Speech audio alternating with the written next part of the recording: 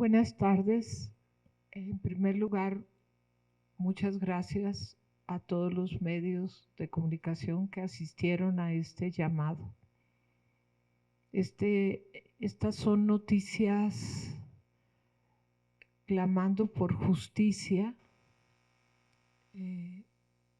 y son noticias dolorosas que son difíciles de digerir tanto para los reporteros como para la población en general, y más en países como México, que es mayoritariamente católico.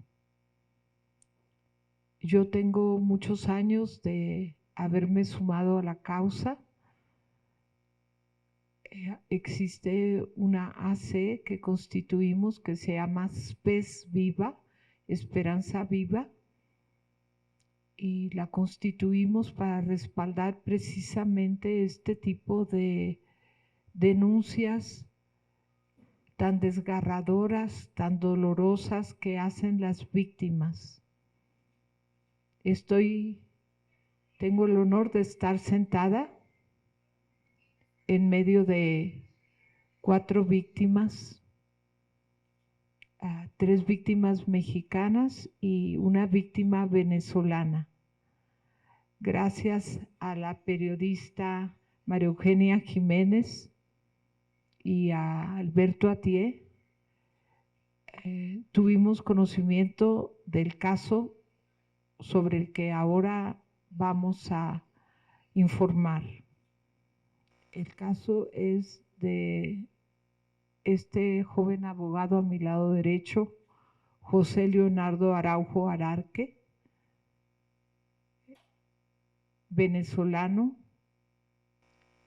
que después de tener una primera entrevista con él, una segunda entrevista con él, decidimos que lo más conveniente era que se viniera a nuestro país a hacer desde aquí la denuncia, porque su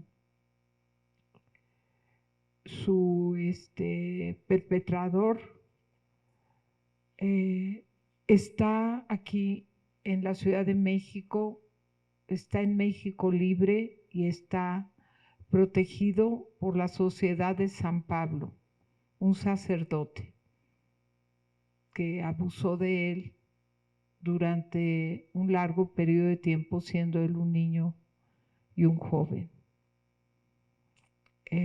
Las autoridades eclesiásticas tienen conocimiento del caso desde hace 2 años. Tanto la Conferencia del Episcopado Mexicano y el Nuncio Apostólico, para quienes no estén familiarizados con la palabra nuncia, viene siendo el embajador del Vaticano, que se llama Franco Coppola.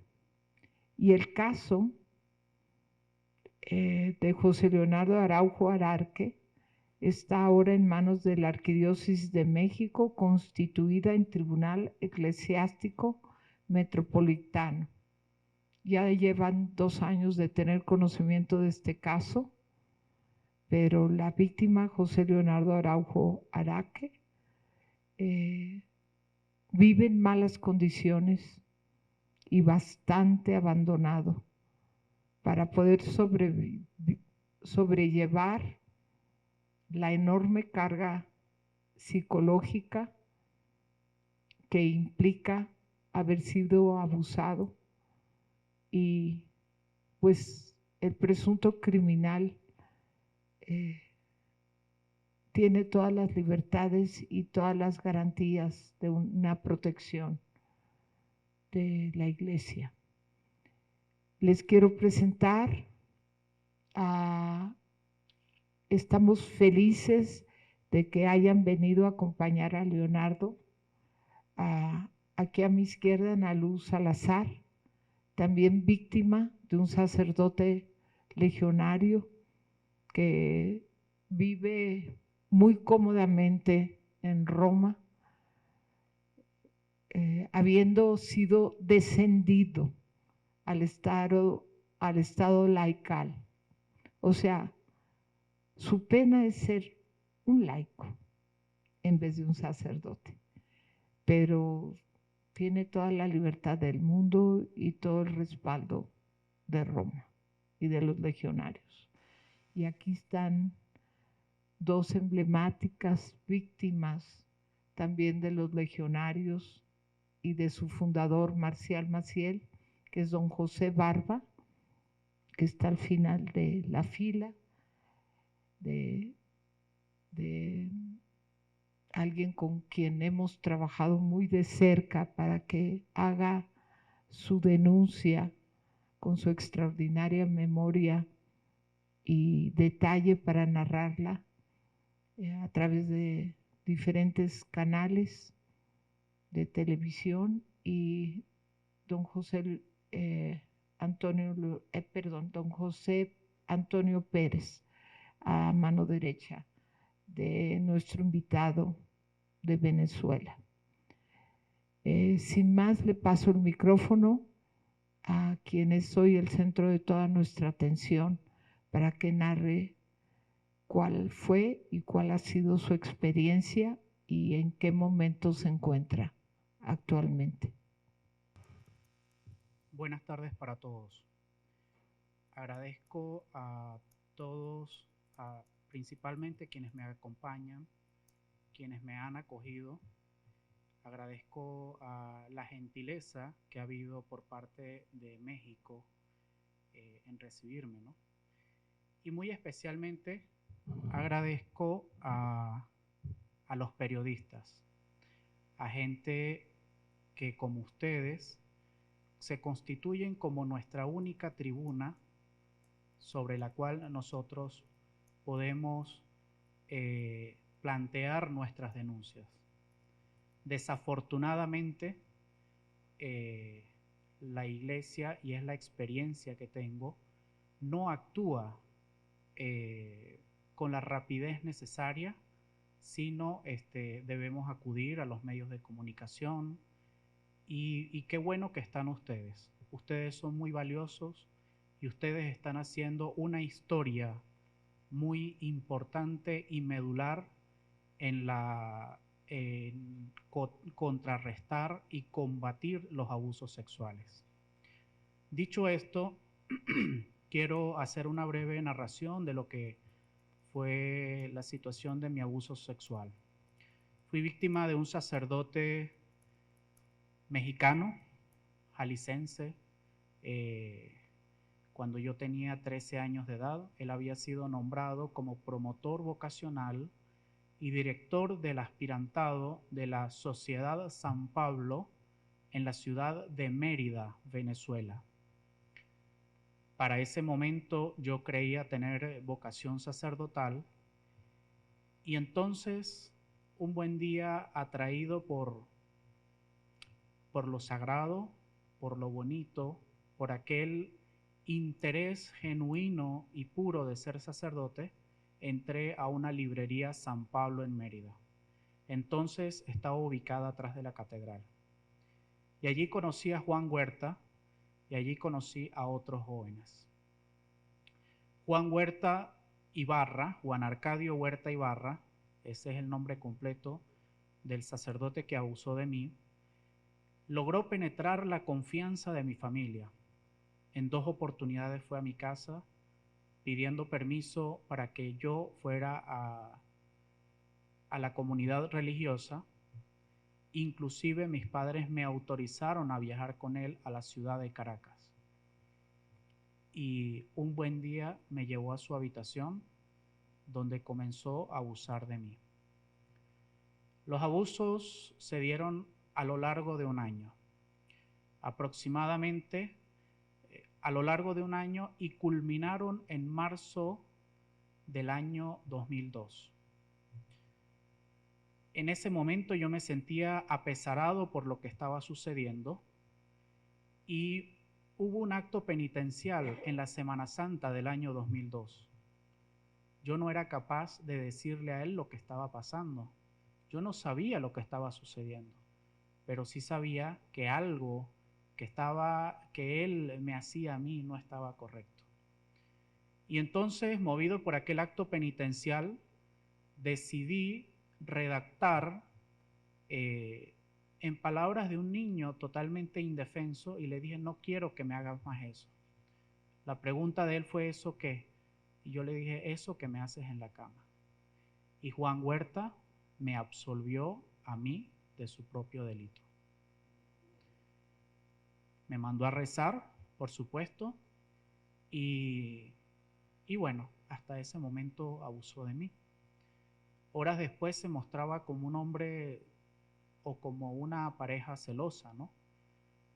Pero a través de esa confesión endilgó en mí una culpa que yo no tengo, porque él era un hombre de 46 años y yo era un niño de 13 años. Su absolución fue sacrílega y más allá de esto, su absolución constituyó en recaer sobre mí una culpa que, como he dicho antes, yo no tenía.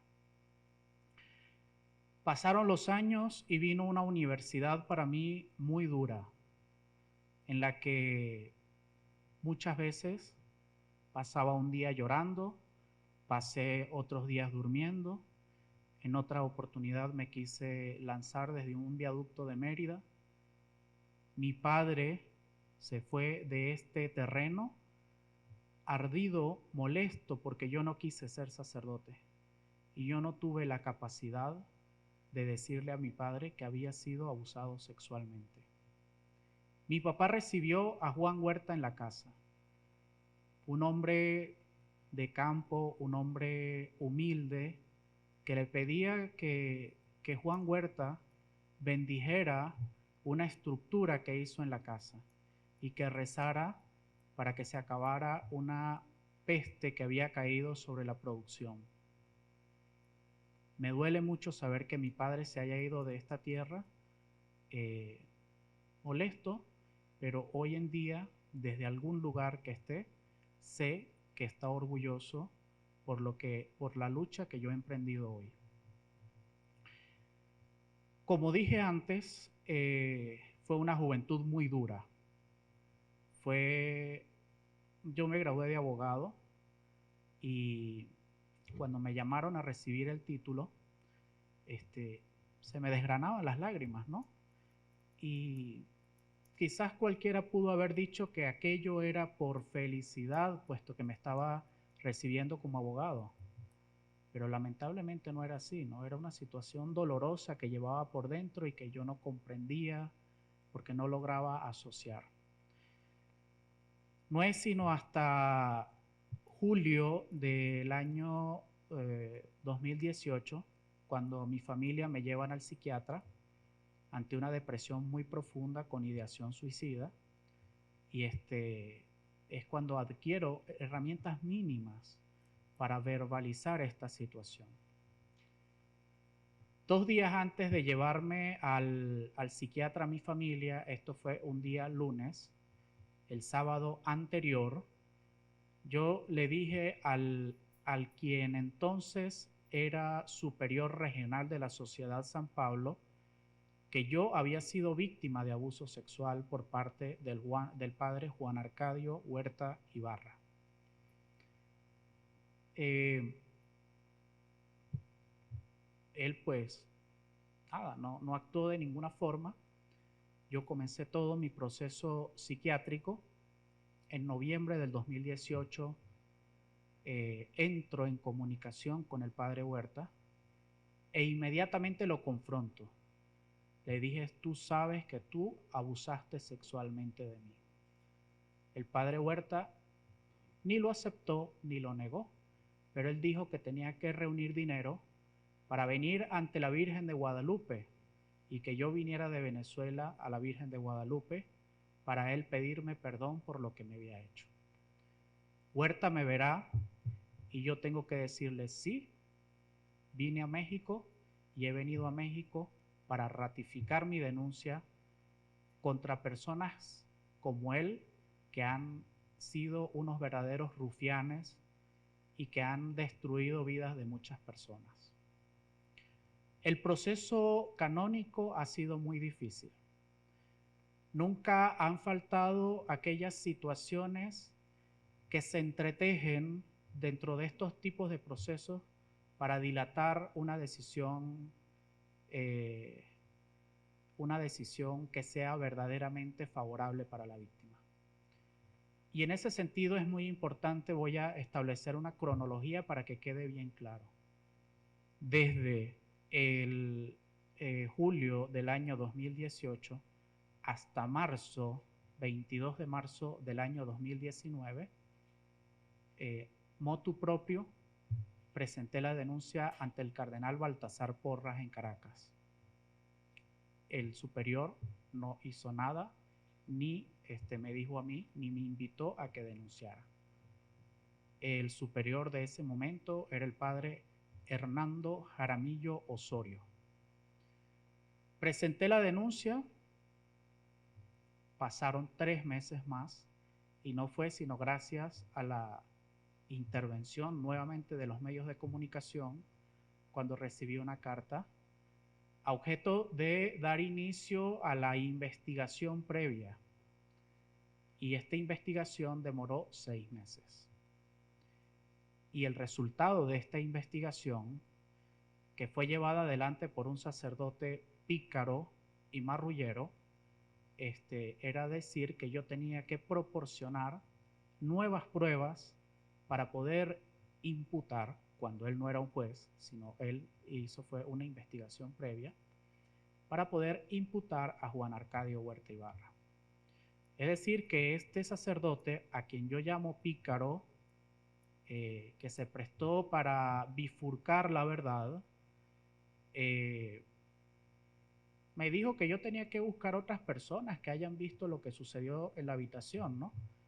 En absoluto desconocimiento de que este tipo de delitos son cometidos intramuros y que nadie puede verlo. Cuando yo lo inquirí a él, en una oportunidad me dijo, es que yo los tiempos para que dedico a esta investigación son tiempos marginales. Yo me dedico a otras cosas. Otra vez le pedí información al padre que llevaba la investigación previa y me dijo que él había recibido, era un encargo del obispo y de los superiores de la Sociedad San Pablo, con lo cual me quiso decir que no tenía por qué darme razón a mí. Después dictó este informe contentivo de 122 errores ortográficos, falencias de forma y de fondo, y dijo que declaró no al lugar la imputación, puesto que yo tenía que presentar pruebas. Óigase bien que yo había presentado análisis practicados por el Cuerpo de Investigaciones Científicas, Penales y Criminalísticas venezolanos, en donde relataban y en donde decían que mi relato era creíble y que yo padecía de un trastorno de estrés postraumático, producto de los hechos que narraba, tanto por el psiquiatra forense como por el psicólogo forense, un examen practicado por el psiquiatra que me atendía en ese momento, pero eso no era suficiente para él, ¿no? ¿Y qué más hizo este señor? Los testigos que yo promoví no los escuchó. Escuchó fue los testigos que él le dio la gana. Este pícaro y marrullero también, que se encargó de bifurcar la verdad, se llama Arturo Peraza Celis, sacerdote jesuita, a quien yo señalo por haberle hecho un flaco favor a la verdad, a la iglesia, a la justicia, prevaliéndose de palabras edulcoradas y de suaves ademanes para no tener la fortaleza de decir la verdad. Una persona, un sacerdote que tenga en sus manos esto, basta con ver unos exámenes que son certificados por autoridades competentes para que diga sí, aquí hay necesidad de abrir una investigación. Así que hasta allí llegó eso y su palabra fue, así lo juzgo en nombre del Señor. Palabras muy, muy típicas de estas personas, ¿no? El camino, por supuesto, siguió siendo escabroso para mí, porque era redactar comunicaciones alegando las falencias de forma y de fondo de alguien quien había hecho un informe con 122 errores ortográficos y que llegó a decir en su informe, la incongruencia es de tal magnitud que dice, sí, los datos que dice José Leonardo con respecto a la descripción gráfica de la casa se concuerdan. Y algunas personas que estaban en la casa coinciden con la presencia de él allí. Pero eso no era suficiente. Ha de ser que este sacerdote pensó que yo telepáticamente entré a la casa de los padres paulinos. Para no referirme más a él, no vale la pena, ahora me referiré al camino tan tortuoso que he hecho para lograr que se haya iniciado el proceso penal. Después vino la situación de la pandemia, una muy buena excusa. No puedo negar que efectivamente a todos nos entramos en una situación que no sabíamos cómo íbamos a operar. Y la Congregación para la Doctrina de la Fe ordenó abrir un juicio penal administrativo. Y no es sino hasta marzo de este año en donde se comunican conmigo las autoridades del Tribunal Eclesiástico de acá de México para iniciar el proceso penal canónico. El camino es muy duro. Durante este tiempo ha habido muchas lágrimas, intentos de suicidio, tristeza, una juventud arrebatada por un rufián de esta calaña, dificultades de alto calibre para sobrevivir, depresiones y toda una serie de contingencias, ¿no? Y sobre todo, y lo más detestable, es haberme echado la culpa a mí. Eo peccate absolvo, la fórmula de absolución de este sacerdote era para decirme que yo era el culpable y que él no tenía culpa de lo que sucedía. De hecho, cuando lo inquirí, me dijo que yo estaba en el periodo de mi desarrollo y que por eso habían pasado los abusos. Desde el punto de vista penal, inicié yo una denuncia ante la Fiscalía Décima del Ministerio Público del Estado Mérida, Venezuela, en julio del año 2019. En octubre se me practican las evaluaciones. Posteriormente pedí a la Dirección de Protección, a la Dirección General del Ministerio Público, de protección a la familia, que se designara un fiscal con competencia plena. Este fue designado, quien me practicó nuevas pruebas, citó a otros testigos y actualmente estamos ya en un periodo para presentar los actos conclusivos.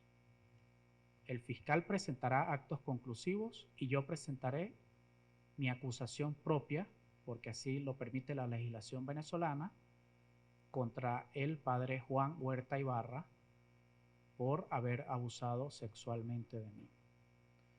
Los abusos sexuales per se son una forma de tortura, porque el individuo es sometido sin su consentimiento a satisfacer las pulsiones sexuales de un ser tan indeseado como este.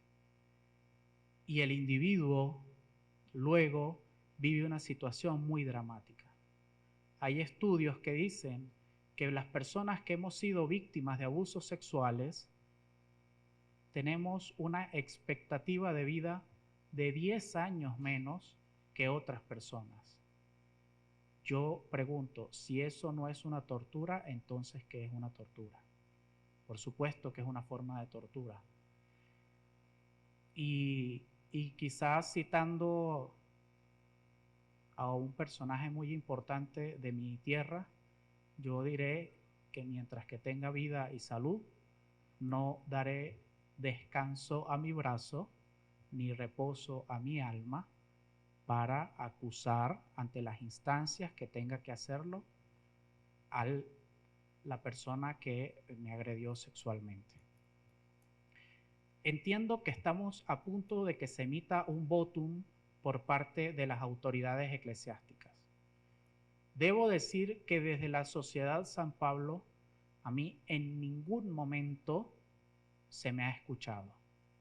Sí se me ha escuchado desde el Tribunal Canónico de la Archidiócesis Primada de México, pero las autoridades de la Sociedad San Pablo no.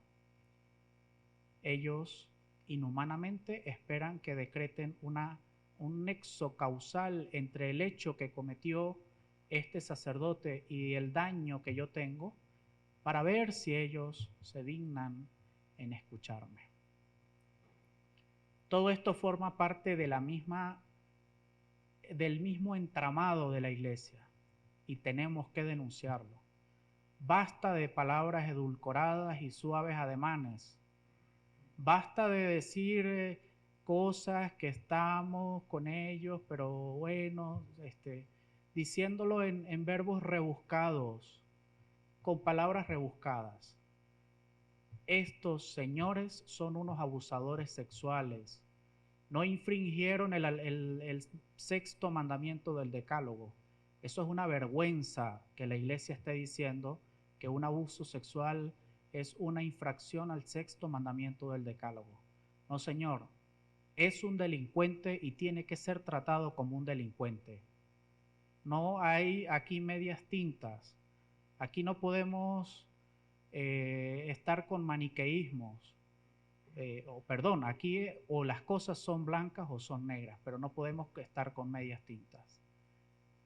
La Iglesia no ha revisado este proceso desde tiempos muy pretéritos y todavía sigue manteniendo estas normas para juzgar, como ellos le llaman, la conducta impropia cometida por un sacerdote porque infringió el mandamiento sexto del Decálogo.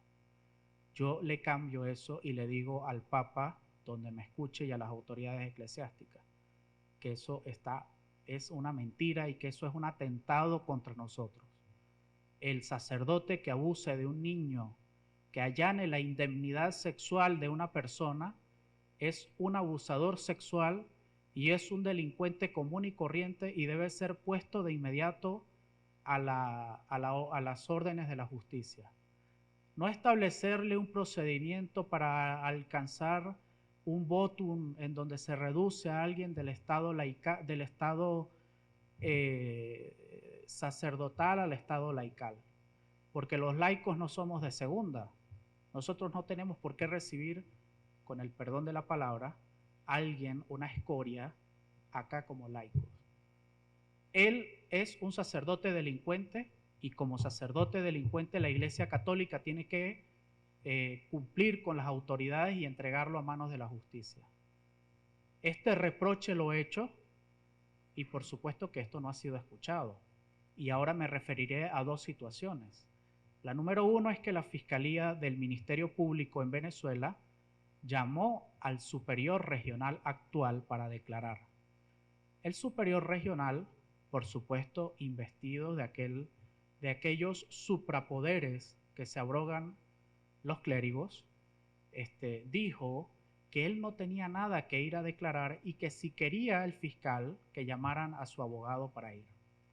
Él no estaba haciendo, él simplemente se llamó para ser testigo y no colaboró con la justicia civil. Esto ya lo hice saber en el Tribunal Canónico. ¿Tomarán las medidas? ¿Quién sabe? No lo sé. También pedí que se le informara, además de que el padre Huerta sabe que está siendo acusado y que si él sostiene que esto es una falsedad, como él lo ha dicho, pues nada teme en ir ante las autoridades penales. Y la respuesta de un sacerdote es decirme que ellos no podían intervenir en eso. Entonces la pregunta es, ¿hay un verdadero apoyo por parte de las autoridades eclesiásticas con las autoridades civiles para que se juzguen a estos delincuentes? No lo sé. Finalmente, luego de narrarle todo esto, quiero sintetizar de la siguiente forma. El camino es muy duro y el proceso de búsqueda de la justicia es aún más duro porque uno queda a la expectativa, uno no tiene inmediatez con ese proceso, hay una vulnerabilidad enorme desde el punto de vista procesal. Las víctimas, nosotros no podemos ir y pedir el expediente para revisarlo, para verlo.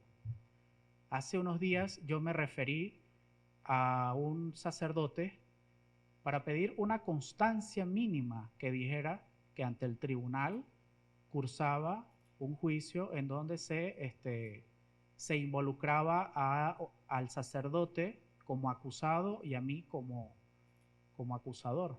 Y me dijo que eso tenía que pedirlo las autoridades. ¿Por qué? Si yo tengo la cualidad para pedir eso. Y si quiere, y sin que esto suene altisonante para nada, pues también tengo la legitimidad que la ley me da como abogado. Entonces, ¿por qué no entregar una constancia de 4 líneas? ¿Por qué? ¿Por qué cerrar ese proceso a merced de lo que ellos decidan, de lo que ellos... ¿Por qué yo no tengo derecho de ir y revisar ese caso, de revisar ese proceso? Basta de ese hermetismo, de aquellas cosas encerradas dentro de 4 paredes porque estamos nosotros sacerdotes juzgando un mandamiento de la ley de Dios. Basta de eso, por Dios. Nosotros tenemos derecho a ver nuestros casos, a tener inmediatez. Eso genera una vulnerabilidad desde el punto de vista procesal enorme. Y eso genera una situación emocional muy difícil para nosotros. Tienen que revisarse las normas. Tiene que acabarse eso de la reducción del estado clerical al estado laical. Eso no es justo. Los laicos no somos de segunda. Los laicos no somos de segunda.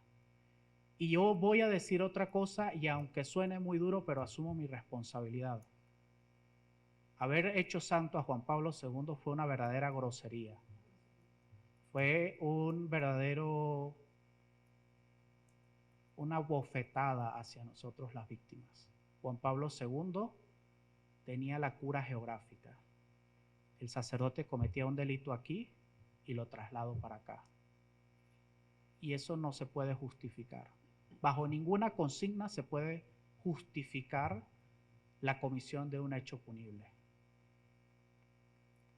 Que me vayan a juzgar porque yo dije que que me juzgue quien quiera. Sencillamente esa es una opinión de muchísimos de nosotros las víctimas. Juan Pablo II encubrió a muchos victimarios. Y para finalizar, reitero lo que he dicho. Seguiré buscando justicia. No dejaré ningún intersticio que haya para buscar justicia, ya sea en el orden canónico, ya sea en los tribunales de mi país, y por supuesto, y con esto quiero cerrar, nuevamente reconociendo la labor que realizan los medios de comunicación en favor de nosotros las víctimas. Son ustedes nuestra tribuna, son ustedes nuestra alzada para llevar adelante nuestra opinión. Son ustedes nuestra verdadera piedra ara donde exponemos nuestros pesares y nuestro dolor, y es la forma como, al menos yo, he percibido que se activen los procesos. Muchas gracias. Yo quiero preguntar, José Leonardo, si vas a denunciar ante el Vaticano a los superiores paulinos. Sí me gustaría que dijera los nombres de aquellos a los que tú te referiste, que les enviaste carta, que ellos te respondieron y que no hicieron nada, y que además uno de ellos lo trajo a México. Sí lo voy a hacer. Pronto ya construiré el informe que enviaré, y sobre esto me voy a referir muy rápidamente. Cuando yo entré en conversaciones con el padre Huerta, el 16 de marzo, me llegó un correo electrónico desde un despacho de Estados Unidos en donde se me tildaba a mí como extorsionador, cosa muy grave. Y allí iba una carta firmada por el padre Huerta. Ellos se abrogaban la representación del padre Juan Arcadio Huerta y de la Sociedad San Pablo. Acto seguido, mi abogado preguntó a las autoridades, en ese entonces el padre Faustino Hernández Esteves si era cierto que este despacho de abogados lo representaba. Y él dijo que sí. Y luego el padre Hernando Jaramillo, el 25 de diciembre del año 2020, en una reunión sostenida en el Hatillo, dijo que ellos negaban esa representación. Entonces aquí hay uno que miente y ese mismo que miente encubre. Sencillo. Así que esa situación la haré valer. Y la otra situación que no dejaré pasar por desapercibido ha sido el modo como esta persona preliminarmente, quien se adujo como sustanciador preliminar, creo que esa figura no existe en el Código de Derecho Canónico, el desaseo que hubo en ese proceso llevado por él.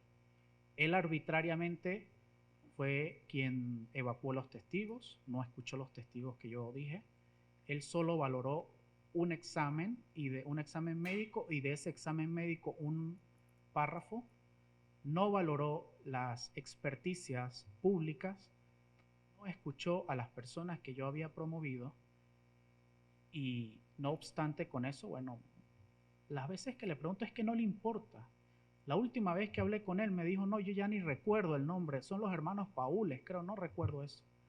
Y me dijo, a mí no me importa así, en palabras así muy llanas. Lo que pase o lo hice bien o lo hice mal, pero ya eso pasó para mí. Tremenda responsabilidad de alguien que investiga un abuso sexual previamente. Sí lo denunciaré. ¿Qué tal? Buenos Buenas días. tardes. Guillermo Gazzanini Espinosa, Centro Católico Multimedial. Abogado, muchas gracias. Gracias. De su narrativa se desprenden obviamente muchas consecuencias. Y me llama la atención estos acercamientos que Huerta tuvo con usted en estas implicaciones también chantajistas, pues de ir con la Virgen, etcétera, etcétera. Y quisiera saber si el padre Huerta a usted le ofreció alguna especie de arreglo económico, alguna situación que pudiera compensar esta situación del abuso a través de un arreglo monetario, y de qué manera, si es que se dio, si fue así, cómo se procedió o de qué otra forma pudo haber tenido este arreglo. Y me gustaría preguntarle a Cristina, si me permite una pregunta. Vemos aquí, pues obviamente, valientes personas que están denunciando particularmente asuntos que implican una congregación religiosa, a los legionarios de Cristo. Hoy tenemos a una víctima presuntamente de un sacerdote de los paulinos, de la ciudad de San Pablo. Mi pregunta es, ¿está iniciando usted a través de su acción civil, una especie de búsqueda de víctimas de otras congregaciones para ir contra sacerdotes de otras congregaciones o de diócesis? Gracias. Gracias a usted, señor. Cuando el padre Huerta y yo conversamos, él me pidió que le protegiera su ministerio sacerdotal. Y dentro de la protección de ese ministerio sacerdotal, sí, habíamos convenido eventualmente en alcanzar un arreglo de carácter económico. El error yo lo asumo en haber pretendido aceptar eso, pero como quiera que no se consumó, pues si quiere, y esto es un contrasentido, hubo un error en grado de tentativa, ¿no? Finalmente no se dio nada, y cuando él se vio con las fechas, con todo esto, entonces me amenazó a través de un despacho de abogados. Entonces la respuesta es, él me ofreció, yo estaba un día descendiendo del aeropuerto en el Vigía Estado Mérida y recibo una llamada y él me pide que le proteja su ministerio. Y esa protección del ministerio implicaba una fórmula de autocomposición entre nosotros dos del asunto. Hoy en día digo, no hay forma de autocomponer esto. Esto tiene que ser dirimido por las autoridades competentes y no hay otra forma de arreglo. Sería solapar y soslayar a delincuentes y soslayar el delito. A ver si entendí bien. La pregunta para mí es si yo estoy tratando de descubrir otras víctimas denominaciones religiosas, yo estoy abierta a acoger en la medida de mis posibilidades. Spes Viva AC no tiene psicólogos o psiquiatras, pero respaldamos en la medida de nuestras posibilidades a las víctimas. En primer lugar, acompañando sus denuncias, mandando llamar a medios de comunicación, escuchándolos y convirtiéndonos en sus aliados. Y esa es la labor hasta donde mi asociación llega hasta ahora. No damos terapias, insisto. Cualquier víctima que nos enteremos que toca nuestra puerta por cualquier medio, a veces es un medio indirecto, como la de la periodista Maru Jiménez, o Alberto Atié, que también se enteró de este caso antes que nosotros, le abrimos las puertas a nivel de, en este caso, traer a José Leonardo Araujo hasta México, conseguir pasaporte, ayuda con las autoridades migratorias, que a veces rechazan a suramericanos y los regresan en el avión. Y tuvimos mucho éxito de que él esté ahora aquí y que esté acompañado de otras víctimas con las que nos hemos comunicado y hemos estado acompañando, siempre tratando de difundir su palabra, su testimonio, por más doloroso que sea y por más que incomode a algunos católicos, aunque yo siento que ha estado cambiando la percepción. Llevo tal vez 9 años de denunciar lo que le sucede a las víctimas de la Iglesia Católica en particular. Se me pregunta por qué a la Iglesia Católica, cuando sucede en otras iglesias, cuando sucede mayoritariamente en el hogar, en gimnasios, en colegios, en escuelas. Y yo digo que porque la Iglesia Católica se cobija de representar, de haber sido fundada por Jesucristo, considerado Hijo de Dios en gran parte del planeta Tierra. La Iglesia Católica tiene miles de millones de seguidores, ¿no? Entonces, y es un poder autocrático, es una pirámide donde la palabra del Papa tiene un peso tremendo. Y el día que tengamos un Papa que quiera terminar con la impunidad, yo no digo que se puede terminar con el crimen, porque criminales entre las filas de sacerdotes siempre va a haber, como lo hay en la población civil, pero con la impunidad que ha reinado a lo largo de la historia de la Iglesia Católica, desde que se conocen los abusos sexuales. Aquí están los caballeros que tienen décadas de haber denunciado a Marcial Maciel y ellos siguen sin compensación alguna. Especialmente la Iglesia le pega a las víctimas latinoamericanas y en especial a las mexicanas, porque en otros lados del mundo, debido a la no colaboración de las autoridades civiles, en otros lados del mundo sí se ponen las autoridades civiles muy firmes y terminan pagando compensaciones de millones de dólares a las víctimas por haberles destruido su vida psicológica, por haber abusado en su infancia de ellos. Y aquí, por ejemplo, a don José Barba y a José Antonio Pérez no les han pedido ni siquiera un perdón público. Llegan los papas a diferentes países de Europa y piden perdón. Y acá ni un perdón. Cuando fueron víctimas del criminal número 1 de la historia de la Iglesia Católica, que abusó hasta de sus propios hijos. Todos sabemos la historia. Entonces,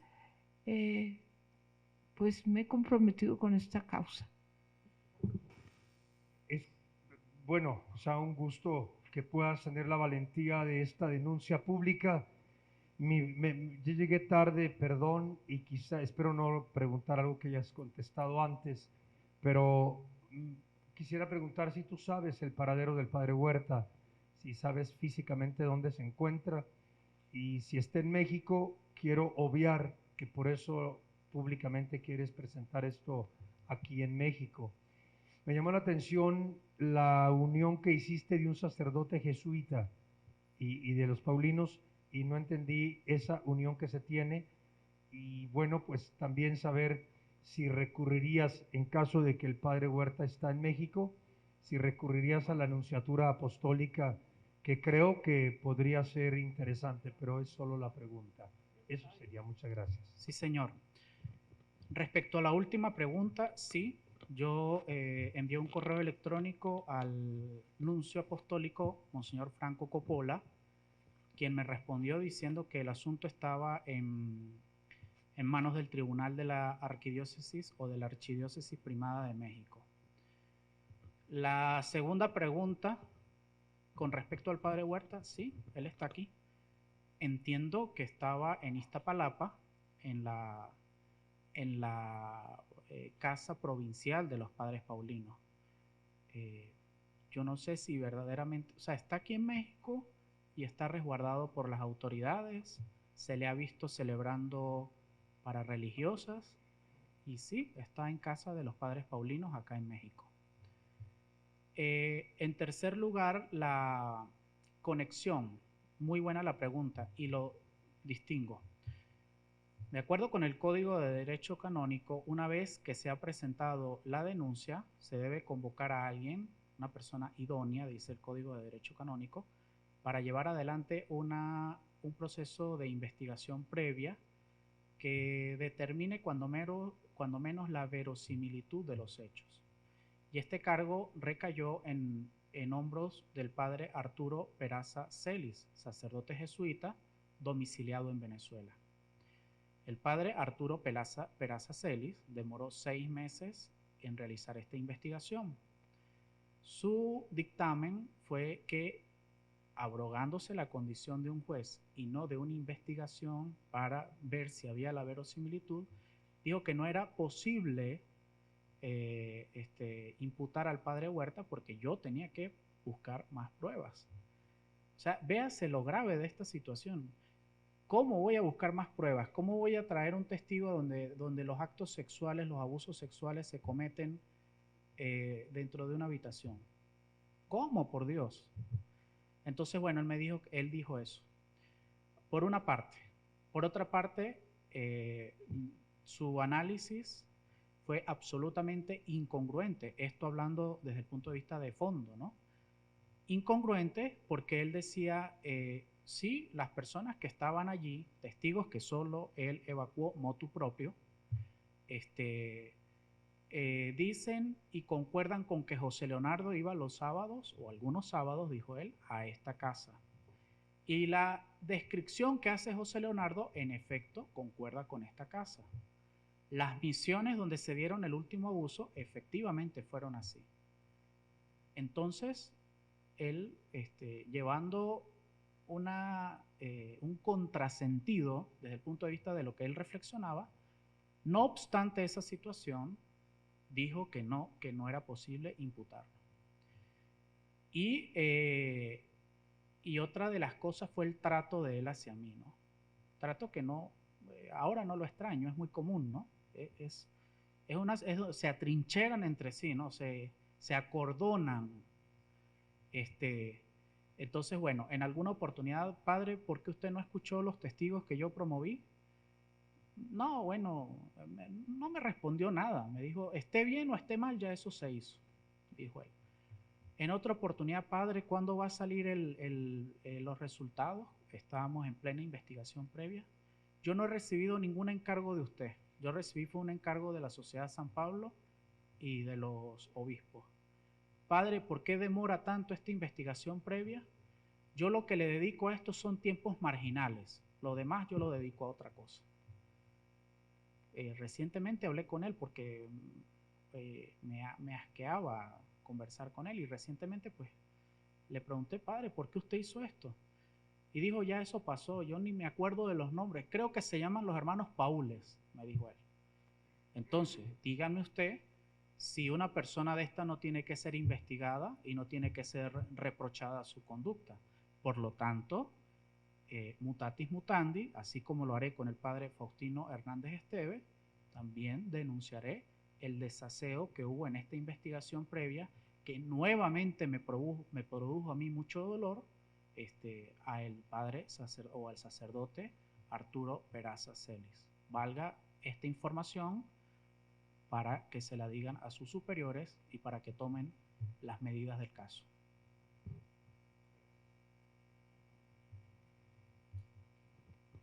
Muchas gracias, buenas tardes para todos. Soy Javier Navarro de Radio Fórmula. Nada más con los antecedentes que han tenido de las decisiones anteriores que se han tomado por parte del Tribunal Eclesiástico, ¿ustedes confían que se llegue a una buena decisión? Y en caso contrario, ¿qué seguiría para este proceso?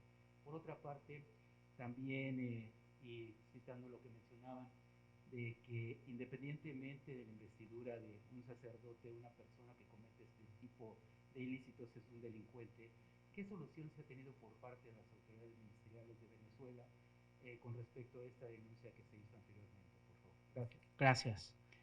En este momento se sigue investigando en una Fiscalía Nacional con competencia plena.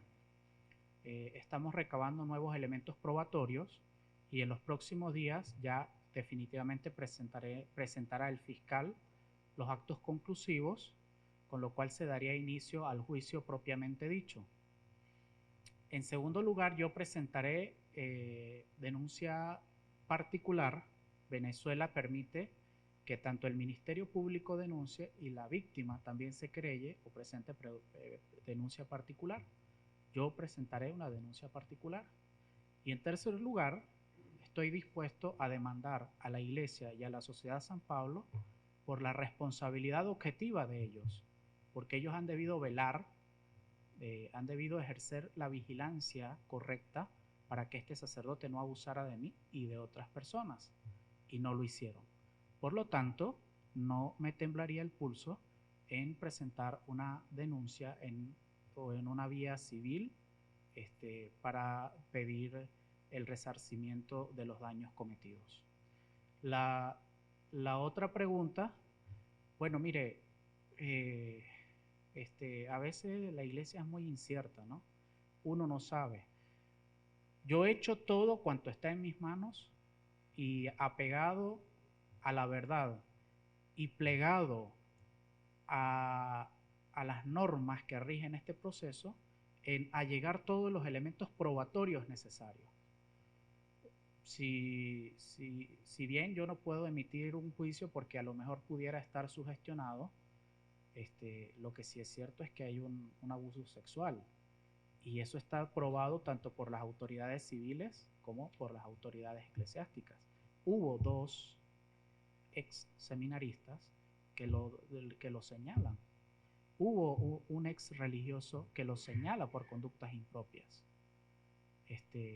Y hubo una carta de mi madre en donde, con manuscrito de ella, muy dolorosa para mí, en donde dijo que ella pedía justicia para ese maldito. Yo he hecho todo lo que está en mis manos y espero que la iglesia responda como debe ser. No sé qué vaya a pasar, pero sí ejerceré todos los recursos que estén para alcanzar la justicia que merezco.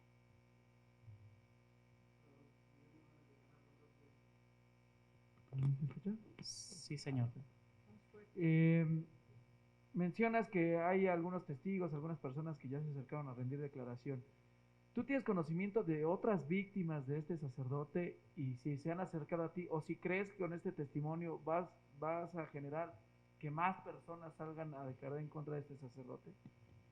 Sí, hay 2 víctimas que conocemos de ellos y hay otra persona que yo recuerdo que también iba a la habitación del padre Huerta, que lo llevaba a su habitación. Lamentablemente, las 2 víctimas, cuyo nombre sabemos, decidieron no denunciar. Y es un derecho que que ellos se lo pueden reservar, ¿no? De no denunciar. Y sí, si con mi ejemplo logro que estas personas que han quedado rezagadas, adoloridas, no eleven una denuncia y lo hacen, yo me sentiré muy satisfecho, porque será mancillar el nombre de esas personas, su honra, su dignidad y su indemnidad que le fue allanada por un canalla de este tamaño.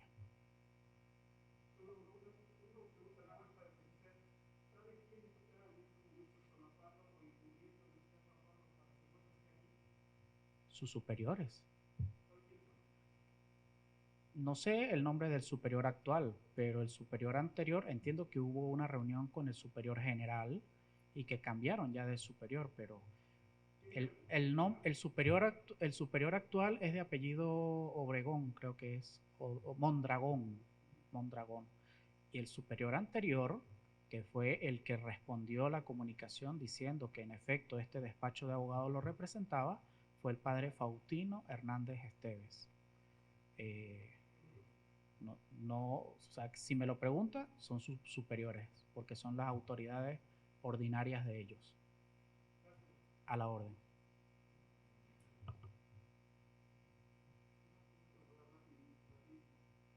¿Entre qué periodo, mencioné los 13 años, entre qué periodo se dan estos famosos? ¿Fueron varios años? ¿Fue un año? ¿Cuánto es el periodo de reloj? ¿Cuántos famosos, si los tienes que revisar? Fue durante un año. Los abusos fenecieron en marzo del año 2002. Retroactivamente fue un año. Los abusos eran de forma sistemática y recurrente los sábados, porque yo estudiaba bachillerato en mi pueblo, que dista a 3 horas de la ciudad de Mérida, donde estaba la congregación.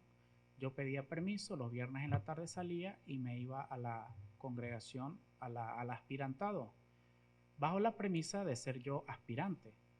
Entonces, eso duró durante un año. ¿Cómo me lleva el padre Huerta a mí a esa situación de que yo soy un aspirante? Bueno, él me da una cruz. Tú tienes una cruz que ahora eres aspirante. Tú no puedes tener novia. Tú no puedes salir con ninguna muchacha. Tienes que rezar. Me da un breviario para que rece los laudes, las vísperas, las completas. O sea, me llevó a una condición y me hizo creer, o sea, es un abuso de conciencia. Es que los abusos sexuales son verdaderos abusos de conciencia y verdaderos abusos de poder, en donde me dijo que yo era aspirante y que por esa razón pues tenía que ir todos los sábados allá, ¿no?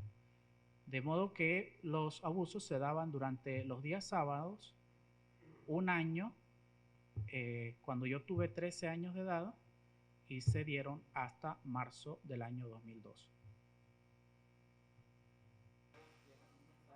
Sí. Solo para agradecer también a los compañeros de Venezuela que se han conectado a través del Zoom. Muchas gracias y de corazón también estoy con todos ustedes. Muchas gracias.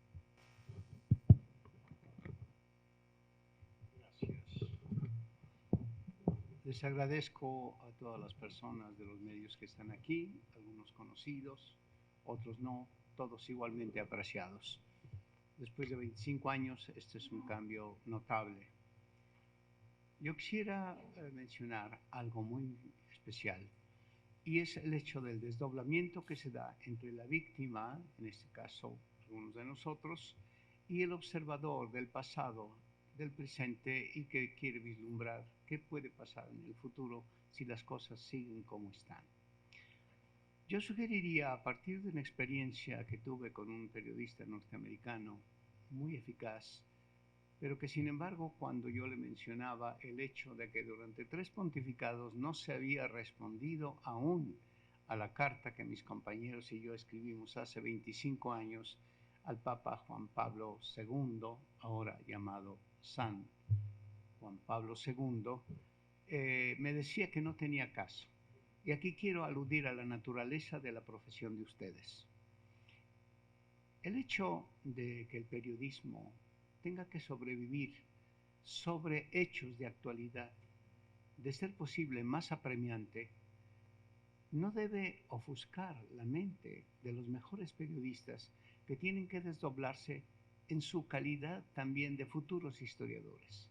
La historia se construye sobre la observación de los hechos de día a día a día, pero si solamente se queda en los estudios de los casos, de lo que sucede, de lo que cae ahora y después, y no llega a crearse una conciencia histórica de la cual ustedes pueden ser sembradores, el problema no se va a tratar, no se va a corregir.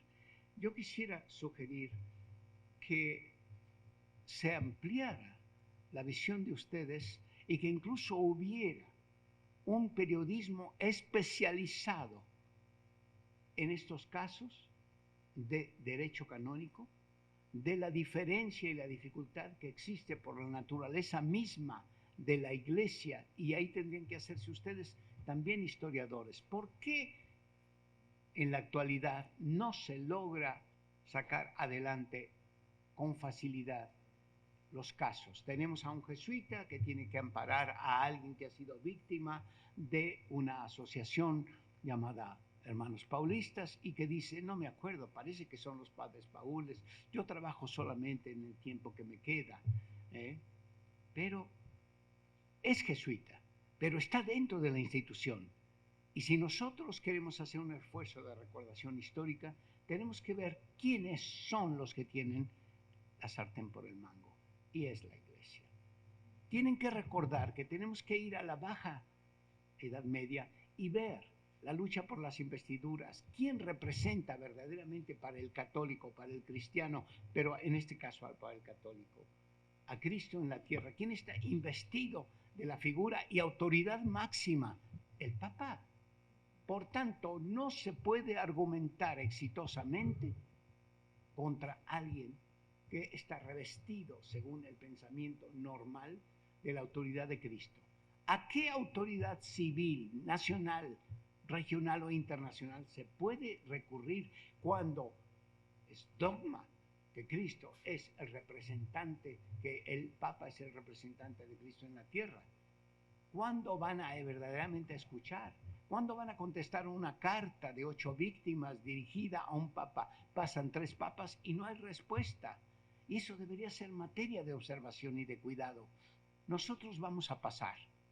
Nosotros somos falibles, tenemos más de 80 años, pero somos conscientes de que estamos luchando no protagónicamente por nosotros mismos, sino por las víctimas actuales y las que pueden venir si esto no cambia. En el Vaticano, en abril del año 2012, reunieron a más de 130 personas en la Universidad Gregoriana para estudiar el problema de la pederastia.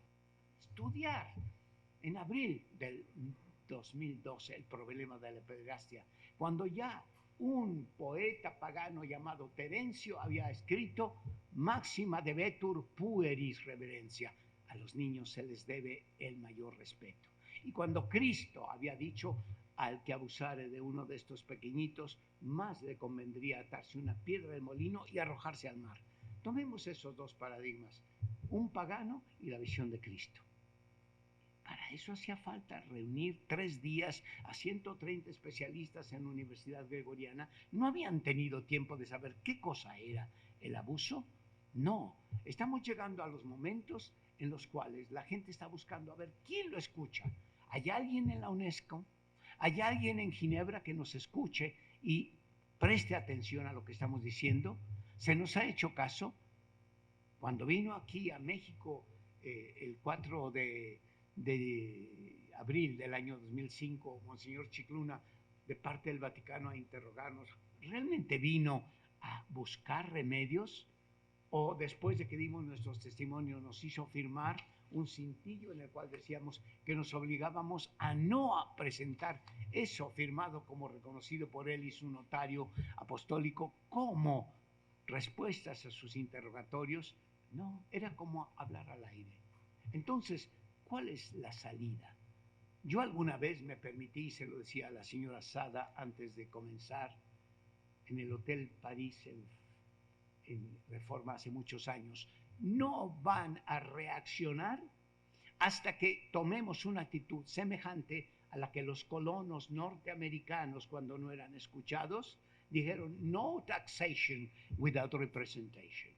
No pagaremos impuestos si no somos verdaderamente representados. El día en que los eclesiásticos no tengan las limosnas de todas las partes del mundo para sobrevivir, para sus servicios médicos, para su gasolina, para su comida, para su vivienda, y vean que la gente, y tengan en cuenta, aquí han hablado de la palabra laicos, éramos solo laicos, decían. ¿Qué significa laico en griego? Laikos significa hombre de Laos, hombre del pueblo, no el país Laos, sino Laos en griego, como en Homero, Laos, el pueblo, que se tiene que escuchar al pueblo, precisamente porque a este pueblo vino a redimir de las injusticias con la buena nueva, el Evangelion, el Evangelio. Entonces, que a estos laicos se les escuche y no se les trasponga o se les deje a un lado. Van ustedes a pensar que Norberto Rivera Carrera ha pedido disculpa al licenciado Pérez Solvera, a los otros compañeros, a nosotros, por haber dicho que éramos conspiradores contra Marcial Maciel. ¿Cuándo ha pedido disculpa? Está viviendo tranquilamente con los resultados de las limosnas de los católicos mexicanos. Después de haber acusado a 8 hombres inocentes de ser farsantes, de haber sobornado a Salvador Guerrero Chiprés, etcétera, y no ha pedido disculpa. Después de que los legionarios hace año y medio dijeron: estos hombres dijeron la verdad.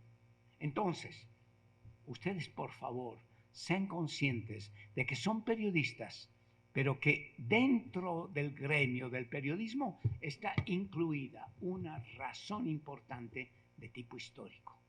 Ustedes tienen una enorme responsabilidad histórica. Si ustedes no son conscientes de esto, están perdiendo una enorme ocasión. Ustedes tienen que documentarse. Ustedes tienen que ver que hay chicos de 22, 23 años que terminan en universidades, a veces particulares, su carrera en relaciones internacionales, como José Manuel Cuellar, un chico del ITAM que escribió su tesis sobre los derechos no escuchados de los jóvenes en el Vaticano. Esta tesis la pueden encontrar en el ITAM. Yo fui sinodal y es meritoria. Y así debe haber muchas más. Entonces, es importante que nosotros sepamos que hay juegos de engaño.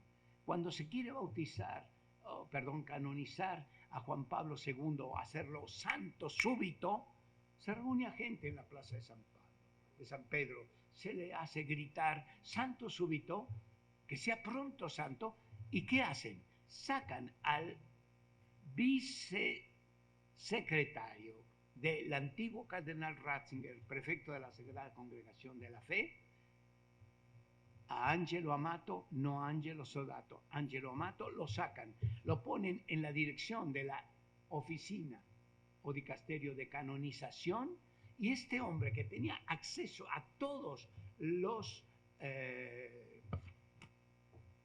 archivos acerca del caso Maciel, se pone a preguntarle a William Levada, que acaba de llegar de San Francisco, si hay alguna queja o acusación acerca de Marcial Maciel. O sea, el que lo sabía se pone a fingir que no sabe y preguntarle al que en realidad no lo sabe. Esos son juegos perversos. Eso no se debe tolerar. Y es importante que algunos de ustedes se adentren en el conocimiento de cuáles son las tácticas. Así como un general norteamericano escribe OPSICS, las operaciones psicológicas aplicadas como estrategias en el campo militar y en el campo civil para control, así se tiene que estudiar las OPSICS dentro del Vaticano, porque la Iglesia de Dios es santa, porque Dios la hizo, pero es una santa prostituta, y esto no lo dice José Barba, lo dijo San Ambrosio de Milán y se lo enseñó y lo repitió Agustín de Hipona. La santa prostituta, la casta prostituta. ¿Por qué? Porque es santa por Cristo, pero echada a perder por aquellos mismos que si aún ahora viniera Jesucristo, igualmente los echaría del templo con un azote.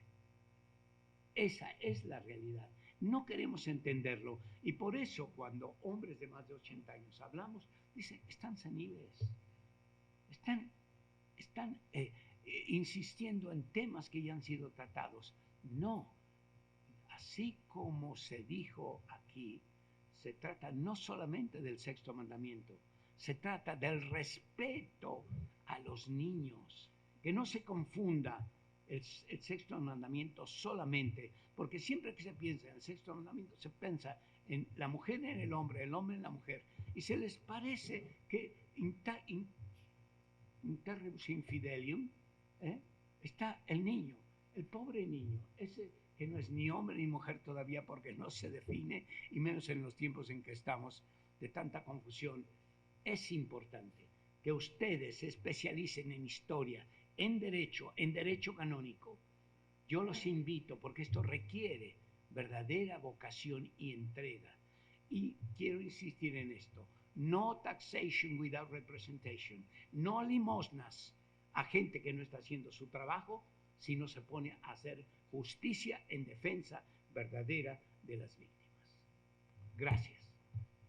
Hola, muy buenas tardes. Yo soy Ana Lucía Salazar, víctima de Fernando Martínez, legionario de Cristo, por ende también soy víctima de los legionarios de Cristo. Saludo a todos mis compañeros de los medios. Yo soy cantante, comunicadora también, en Radio Fórmula. Saludo a mi compañero de Radio Fórmula.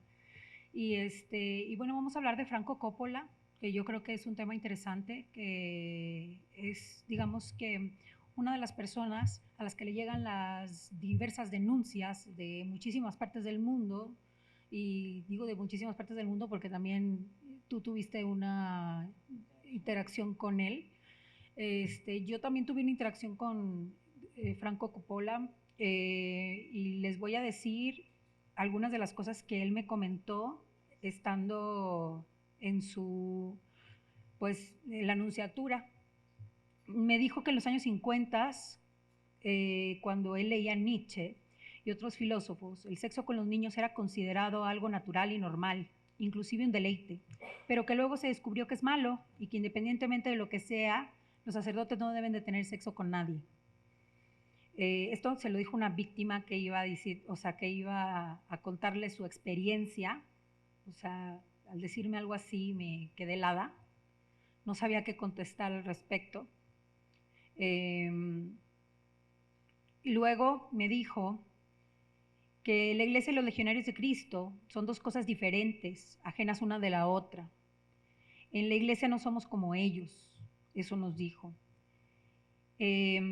Cuando expresamente, si tú quieres poner una denuncia, evidentemente los Legionarios de Cristo, como son una congregación, ellos mismos se autojuzgan y hacen sus propias averiguaciones, como el caso de Fernando Martínez, que ellos tenían conocimiento y fueron trasladándolo de un lugar a otro hasta llegar a Cancún, en donde yo desgraciadamente me lo topé junto con otras 8 niñas que alzamos la voz, al menos en aquellos momentos, en el 1991, 1992 y 1993. O sea, fueron varios años de abusos sexuales. 3, me dijo que nosotros no estamos de acuerdo con las recomendaciones de la ONU, o sea, la Iglesia no está de acuerdo con las recomendaciones de la ONU a México acerca de que se lleven a cabo los procesos legales adecuados en casos de pederastia clerical, porque los abusos sexuales se dan primeramente en el núcleo familiar. Y esa recomendación de la ONU juega en contra de la Iglesia. Esto quiere decir que pues, no está de acuerdo, ¿verdad?, en que otras instancias u otras autoridades observen el comportamiento de la Iglesia acerca de la pederastia, y que evidentemente no solo no está de acuerdo, sino que piensa que es algo en contra de la propia Iglesia, ¿no? Por eso ellos exigen autojuzgarse, ¿no? Me dijo que si la obra de los Legionarios de Cristo proviene de Dios, prevalecerá, pero que si no, caerá. Se pueden reír, ¿eh? Se pueden reír. Es absurdo. O sea, me dejó entrever que tengo que dejarle a la providencia, ¿no? Que esta obra continúe, que esta legión continúe o no, siendo que ellos como iglesia tienen la autoridad de deshacerse de esa congregación, que si no se deshacen de ellas porque no les conviene, ¿verdad? A esto le respondí sobre todas las cosas. Por supuesto que le respondí. Fue una larga junta de 2 horas que tuve con él. Como 2 horas. 2 horas hablando con Franco Coppola, en donde no llegamos a ningún lado, porque él seguía defendiendo a la Iglesia como institución, diciendo que estaba separado de los legionarios de Cristo. Primero que pues con una cara de incredulidad ante el comentario de Nietzsche, ¿verdad? Que fue el comentario más agresivo de los que he recibido por parte de la Iglesia. En segundo, le dije que es imposible recortar a la legión de la Iglesia. Es como decir que un hijo no tiene vínculo con ningún tipo de vínculo, con su madre. Y que al final, pues, si hay intereses monetarios comunes me parece así como Maciel no se le puede recortar de la legión, a la misma legión no se le podría recortar de la Iglesia, ¿no? Porque son parte de la misma institución al final. A esto que dice sobre la recomendación de la ONU, le dije que si Juan Pérez, ¿no? Padre de familia que abusa de su hija, no tenía el respaldo que cuenta con el que contó Fernando Martínez, que está hasta hoy resguardado en Roma, y que pues estos abusadores no cuentan con la infraestructura que ellos poseen para reubicar a sus pederastas y protegerlos de la autoridad. Si yo, Ana Lucía, voy mañana, cometo un delito contra un menor, nadie me asignará la burla de castigo de quitarme mi título de conductora de televisión. Al contrario, me juzgaría una instancia legal, ¿no? Que el Estado, que es el que debe de impartir la justicia. Pues acerca de si los legionarios de Cristo prevalecen o no prevalecen según Dios, pues yo creo que Dios ya destruyó esa obra desde que se señaló a Maciel como pederasta, o desde su estirpe, porque no es una obra digna, porque está hecha para perpetuar delitos. Hasta hoy lo siguen perpetuando, como el encubrimiento también, que no podemos olvidarnos del encubrimiento. Si nos olvidamos del encubrimiento, nos olvidamos de la estructura con la que se siguen cometiendo este tipo de delitos. Y no solo eso, nos olvidaríamos del modus operandi de la Legión, que es muy importante señalar que también los delitos han sido generacionales, que no solo Maciel los perpetuó, sino que hay algunos sacerdotes afiliados a la Legión que han cometido delitos contra niños y han cometido abuso sexual y no han sido de ningún momento ni mencionados, ni señalados, ni presentados ante las autoridades, ni han pagado por sus delitos, incluyendo a Fernando Martínez. Entonces, para mí esa legión pues está prácticamente arruinada desde que comenzó. Existe porque hay muchos intereses económicos, pero no hay un interés, no hay un espíritu en esa legión como para seguir hoy de pie. Hablando en términos religiosos, en términos personales, a mí me parece que simplemente es como un cártel, el mero era como el Chapo y el resto pues son sus súbditos, ¿no? Y 5, le dije a ustedes como institución salen, dictan las normas morales de la sociedad, les dicen a los homosexuales que están mal, les dicen a las mujeres que no aborten, pero eligen qué parte de la Constitución acatar y cuál no. Eligen encubrir pederastas bajo su sistema y hacer uso de su poder y relaciones para guardar las apariencias. Tan saben hablar que les dicen a los demás cómo deben de comportarse. Para castigar a los pederastas hay solo un camino y ese camino no es confuso, no tiene coyunturas, no tiene bifurcaciones, no se ramifica. Ese camino es uno, entregarlos a la autoridad, la denuncia y entregarlos a la autoridad, porque son delitos, no pecados. Si ellos quieren llamarles pecados, pues es muy su creencia en Disneylandia, ¿no?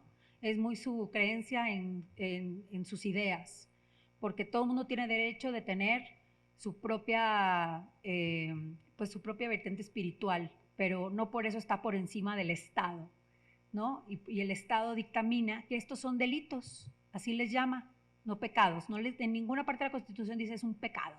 dice, es un delito, ¿no? Y que hay que pagarlos como delitos. Y que no importa cuántas denuncias interponga yo ante el clero, si ustedes no son responsables y no quieren arreglar el problema de fondo, esto jamás va a terminar. Y eso es una realidad. Yo por eso no puse una denuncia en la iglesia. Me parece darme un balazo en el pie. Porque yo platiqué con la arquidiócesis, platiqué con Franco Coppola y lo único que me ofrecieron era una denuncia interna en donde ellos podían mandar la carta lo más rápido a Roma, pero pues de ahí pues se iba a referir a los legionarios de Cristo y los legionarios de Cristo lo iban a arreglar internamente, porque así funciona, porque es una congregación. Entonces, para mí era lo mismo, dije, ¿para qué les pongo una denuncia por la iglesia? Si me van a dar a tole con el dedo y yo no voy a recibir ninguna respuesta a la altura del delito que estamos hablando de violencia sexual. Lo único que pude recibir sin denuncia interpuesta fue el perdón público que me dieron, que me sirve como un pañuelo, de verdad. Y decir que Fernando Martínez ya no es más sacerdote y que se le interpone en el estado laico. Se disminuye, reduce al estado laico. Bueno, reducir, ¿no? No me gusta ni decirlo así porque creo que nosotros los laicos no estamos reducidos y ellos están vanagloriándose en que ellos son más por encima de nosotros, cuando ellos son laicos también y deberían de, así como exigen votar, deberían también de pagar por sus delitos, ¿no?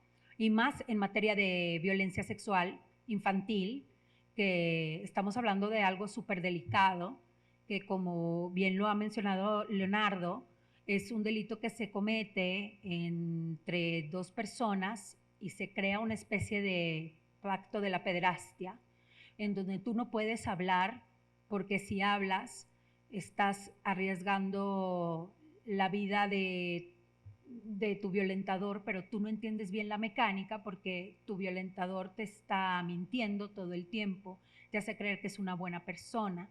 Entonces, todo lo malo que empieza a suceder, tú no lo codificas bien porque no eres un adulto maduro que comprende sobre el tema. ¿Y qué es lo que sucede después?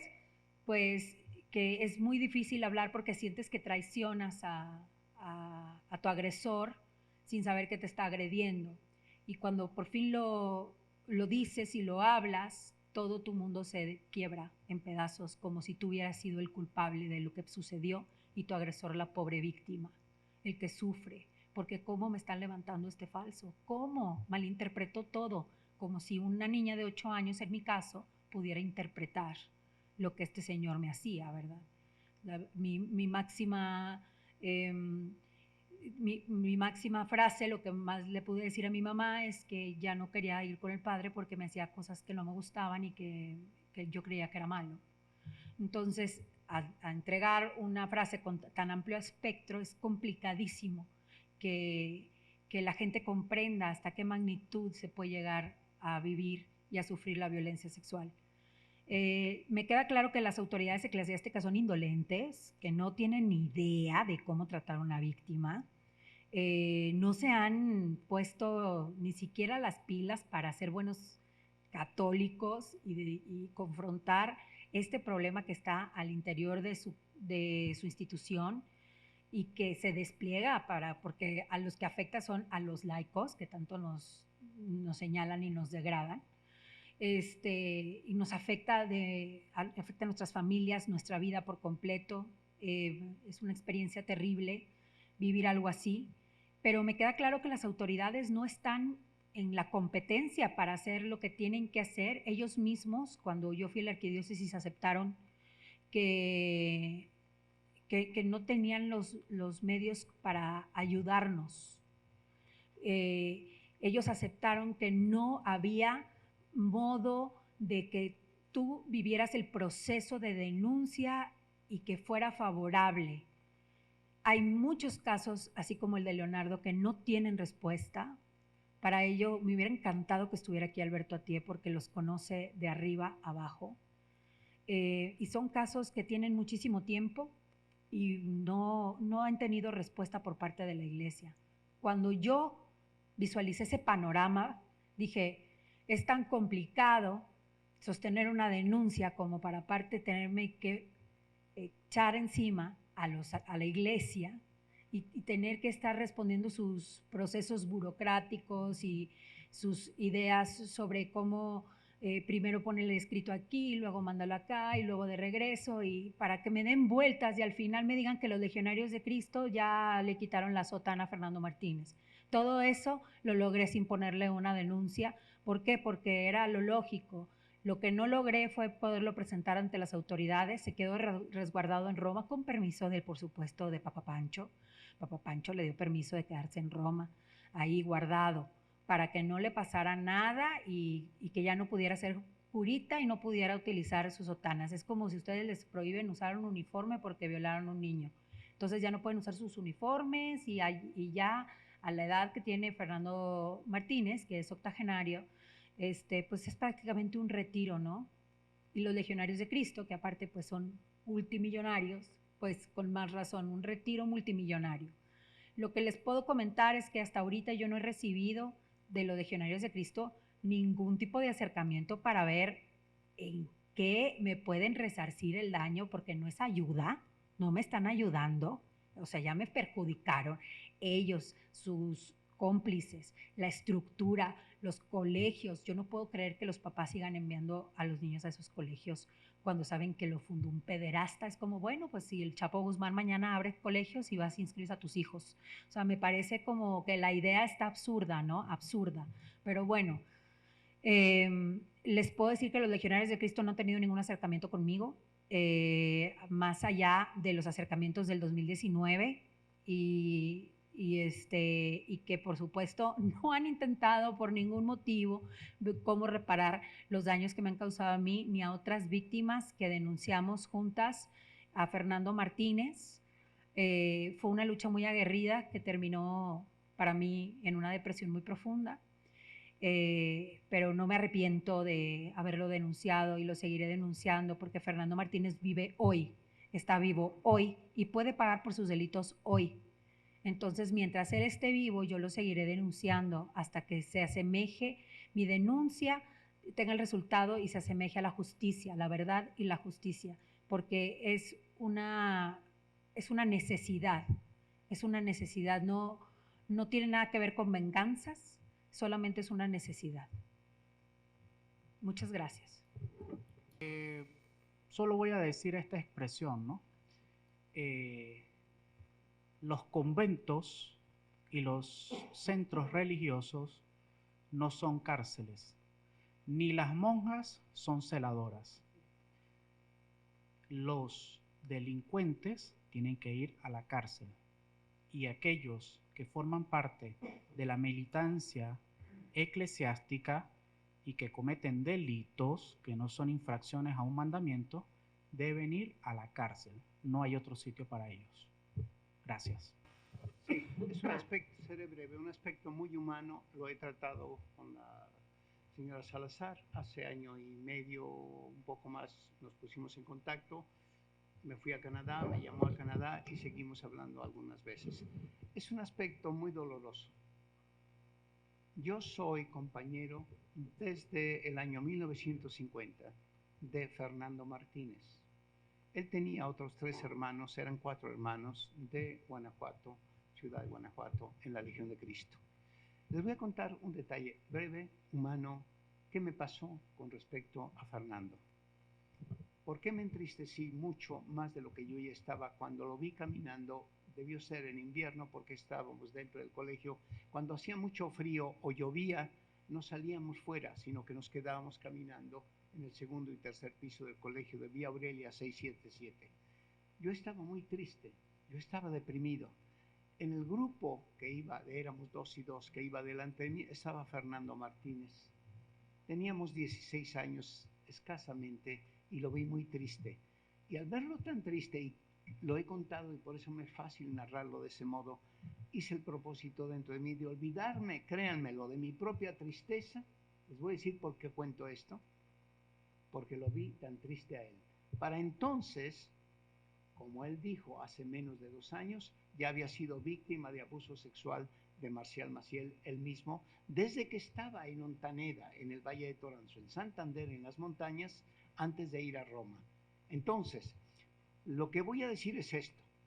Fernando Martínez no debería haber continuado en la Legión de Cristo en cuanto se dieron cuenta de que él tenía estas inclinaciones a los niños, concretamente con un niño de apellido Valencia en el colegio Cumbres, deberían haberlo sacado. Pero ¿cómo iban los legionarios de Cristo a sacar a alguien que a su vez era víctima de Maciel cuando no se atrevían a sacar a Maciel mismo? El problema es gravísimo. El problema va a repercutir en la irresponsabilidad de la Iglesia, que no sacó a Marcial Maciel. Maciel siguió abusando de Fernando, de mí y de otros muchos más.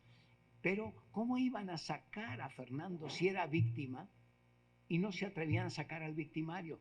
Tengan en cuenta la responsabilidad. No se la quito a Fernando. La señora tiene derecho, y lo repito, en pelear su causa. Pero también alguien tiene que decir esto. La institución Legión de Cristo no supo poner remedio ni contra Marcial Maciel, ni decirle a Fernando, vete, no es esta tu vocación. Ve a buscar, como hicimos nosotros después, cuando dijimos basta ya, afortunadamente. Pero que se vea que el victimario también fue víctima en este caso, no siempre, pero en el caso de Fernando, y me duele el alma, porque lo conocí cuando él tenía escasamente 10 años y era una persona noble, pero con el tiempo lo echaron a perder.